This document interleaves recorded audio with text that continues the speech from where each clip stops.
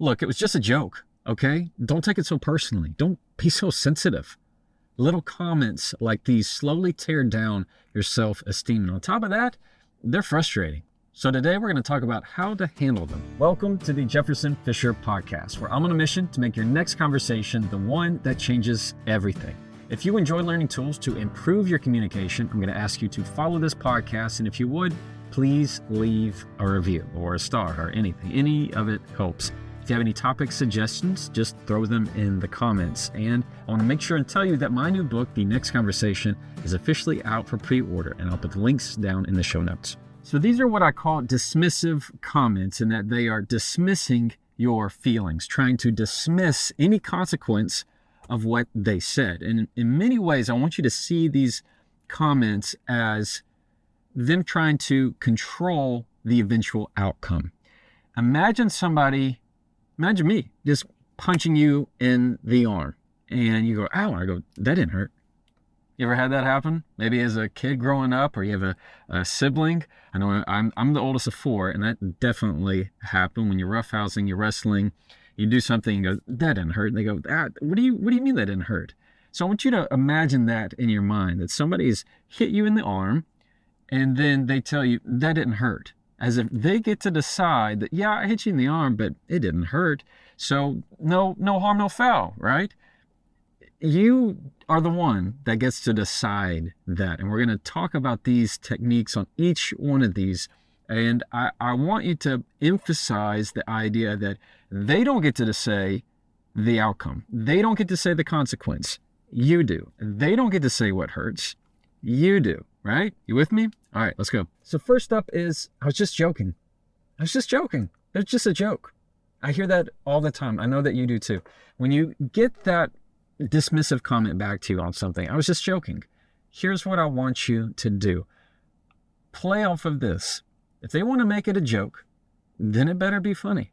So what I like to say is, if somebody tells you, I was just joking, you respond, then make it funnier. Easy as that. That's number one. Number two, you could easily say, then work on your material or find new material. How about that? Then find new material. In other words, don't be making a joke about me. Don't be making a joke about something else. If they try to say something that is hurtful to you, let's say they made a comment about your looks or your weight or your age or whatever it is, and then you kind of take offense to that and they go, hey, it was just a joke, okay? As if all of a sudden they've taken away any stinger that they have. When they make that kind of stuff, you say, well, then find new material. Or was that supposed to be of the funny kind? Was that supposed to be funny? Hey, it was just a joke. Then be funnier. Then find new content. Then find new material. Any way that you can play off the word of a joke, it's going to work to your advantage. My favorite is then be funnier, because it is a reminder right there in that moment of, if you wanted this to be a joke, that's not what it is. You can't just tailor a dismissive comment that's meant to be hurtful to me and just call it a joke and make sure everything is, then we're all good. No harm, no foul, like I talked about. When that kind of stuff happens, easily twist it back on them as, was that supposed to be funny? Or was that the funny kind of joke? Whenever you can ask those kind of things and put them on their heels to say, that's not going to pass with me. Number two, one of my least favorite is, don't take it personally. Hey, don't take it personally. Like, come on, then don't say it personally. What do you mean don't take it personally? You just said it to my face. How can it not be any more personal? It is, to me, one of just a total withdrawal of all accountability, of any ability to say, look, that was on me. You know what? I shouldn't have said that, instead of this, don't take it personally. I can't stand that comment. Here is some things that I like to use, and I know you can use them too. I get to decide that. I love that one because it is very immediate and clear where the boundaries are. Somebody says something to you and then they go, oh, don't take it personally. You respond, I get to decide that. It's the whole thing of hitting you in the arm kind of concept of, look, I get to decide to take it personally or not. Don't tell me how to take something. If you're going to send the paper airplane, I have a choice of how I'm going to catch it or if I let it fall. If you're going to throw the ball at me, I get to choose whether I want to catch it or I don't. It's all within my choice. So having that idea of I get to decide that puts you in the control seat every single time. Another that I like to use with don't take it personally is don't say it personally. Don't say it personally. Or then say it differently. That one is a comeback that you can use with all kinds of different dismissive comments. But I like that specifically with don't take it personally because of, it sounds like alliteration in a way. We say personally differently.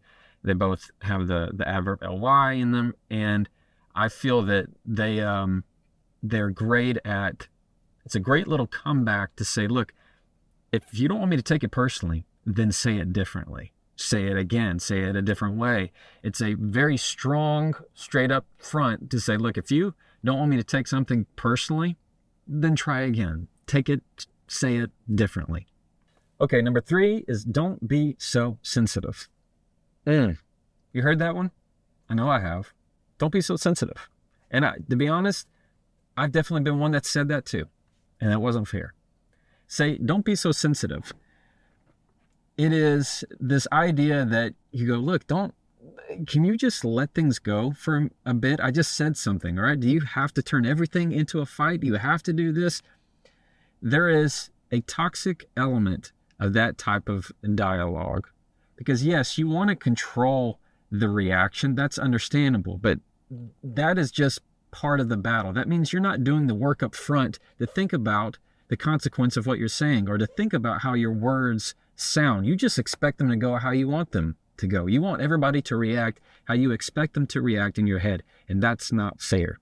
So when you say the phrase, don't be so sensitive, understand everybody is sensitive. Everybody is sensitive. It just depends on the topic. It depends on the context. It depends on the environment. So it's subjective to everybody. So let that be what it's going to be. But when they say, don't be so sensitive, one thing that you can do that I love to do is play off the word sense. S-E-N-S-E. Say sense. So they say, don't be so sensitive. No, I'm sensing X, Y, and Z. So if somebody were to say, hey, look, it's just a joke. Don't be so sensitive. You can reply, no, I'm just sensing you're not that funny. You see what I mean?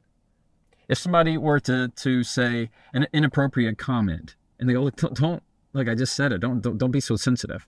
You can reply, no, I'm just sensing that you and I have a different idea of what's appropriate to say out loud. You feel the difference? Here, you're not getting upset. You're not getting defensive. You are playing off of their words. Oh, don't be sensitive? No, I'm sensing. I'm sensing X, Y, and Z. And that's going to put you in a much better position to stay steady rather than a weaker position. And the key to each one of these replies that I'm suggesting for you to try is that you cannot let yourself become defensive. I know that's easier said than done, but I want you to play it out. If you were to automatically, somebody says, don't be so sensitive. And you're like, I'm sensitive? I'm not sensitive. What are you talking about? That's getting defensive. And all of a sudden you sound weaker and they sound stronger. Let me put it differently. They sound right and you sound wrong. You hear it? If you were to say, I'm not sensitive. What are you talking about? Me? I'm not sensitive. They sound stronger. You sound weaker. Instead, when you can stay exactly where you are and say, no, I'm just sensing that you and I have a different idea of what's okay to say to each other. Oof. I mean, that is a verbal punch. I mean, that is such a stronger position to keep in that instance. So any time that somebody says, don't take it personally, and you scoff at that, you get upset at that, you look weaker. If they were to say, don't be so sensitive, if they were to say anything else that is a dismissive comment, like it was just a joke, and you joke that and you start to get you swell up about it and get defensive and start putting up your walls, the more it looks like you are exactly what they say you are, the more it looks like you're more sensitive, the more it looks like you're taking it literally, that you are everything that they say. So you have to make sure that you keep your breath calm, right? And I want you to stay exactly where you are. Try your best to not get defensive. It will really, really make a difference. Now we're at my favorite part of the podcast, and that's where I get to read a question from a follower. Those that are part of my newsletter are able to email me and ask me questions, and in return, I'm able to respond to them. So if you want to be part of that, in the show notes, you'll see the links for the newsletter. I'm also pumped to say that this portion of the podcast is sponsored by a company called Cozy Earth. Cozy Earth makes cozy things, and I said yes to them as a sponsor because I use their stuff. Their bed sheets are on my bed. I didn't even realize it when I got into the car, but this is a Cozy Earth sweatshirt. Believe it or not, I had no clue. I didn't even think about it. But it's just cozy. It's warm, it's fuzzy, and especially going into the cold holidays, it really is something that I enjoy. So if you are somebody who also likes cozy things like me, I want you to go to cozyearth.com/Jefferson and use the code Jefferson for 40% off. Use the code Jefferson, 40% off, cozyearth.com/Jefferson. And my wife loves their pajamas. Those are her new favorite thing right now. All right, we're going to go into the call. So this is a follower. Let me pull it up. This is Scott from Detroit. Where's Detroit? Is that Michigan? Michigan, of course, Detroit. I feel like I should Google that probably. But before I just say that, and yes, it is in Michigan. Oh, I was going to be so embarrassed and have to redo this. All right. So this is Scott. Scott says, Hey bro. Love your content. I have a problem at work. There's somebody next to me who always likes to say I was just joking. So it's a guy who says, I'm just joking to everything. Not really sure how to come back to that. I kind of just laugh it off, but it's starting to get really annoying, and any tips would help. Scott in Detroit, Michigan, I got you, man. So this is what I want you to do. Anytime that somebody is doing that, hey, I was just joking, like we talked about earlier in the episode, you can say, well, then be funnier, or then find new material. In more personal settings, sometimes it might feel too direct. It might feel like if you were to tell the guy next to you in the cubicle or wherever you are at work, and you go, then be funnier, dude. That might hurt your relationship. Understand, sometimes that's okay, because they need to understand where their boundaries are in that relationship. If there's other ways that you find that this is increasingly getting hurt, it's hurting you, it's hurting the dynamic, it's hurting productivity in your whole workplace, then you got to say something. You got to do it. So you can always try then be funnier, or then work on your material, or something to that effect. Or here's another one that I encourage you to use, Scott. And this one is, I'm surprised, or I'm surprised by that. So if you're saying something, he's like, I was just joking. Well, you go, I'm surprised. What do you mean? So I'm just surprised. They go, surprised by what? In other words, you're going to continue this dialogue a little bit. Just at that, he might already start to try and fix what he said. If you go, well, I'm surprised. Automatically, he might already start to fumble over his words, might try and retract and go, oh, what I meant to say was, and steer away from it and fix it and realize, I'm not going to do that again. But if you continue this dialogue, you can easily say, look, I'm just surprised you went with that. I'm surprised you went with that. That's the one. Say, I'm surprised.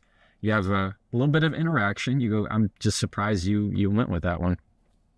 You hear that? It's them not knowing what to do. That's what that sound is.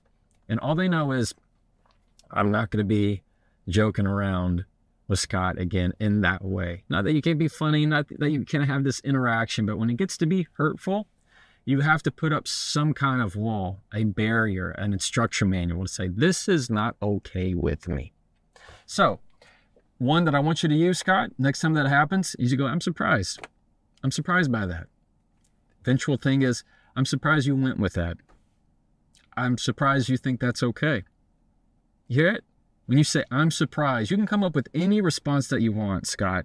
I'm just a guy giving you some suggestions. But if you can say, I'm surprised by that, and then you're engaged, you have them, and they say, I'm surprised you went with that, or surprised you think that's okay, or I'm surprised that you said that out loud. See the difference? Now you don't have to have that, oh, that's a good one. that kind of interaction, when you know that's not genuine and you know it's fake, and most of all, Scott, you know that it's tearing down your self-esteem. So I'd go with that, and I think it's going to work out really well for you.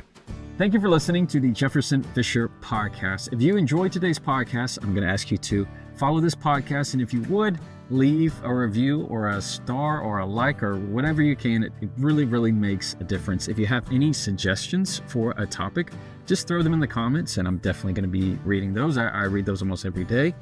And as always, you can try that and follow me.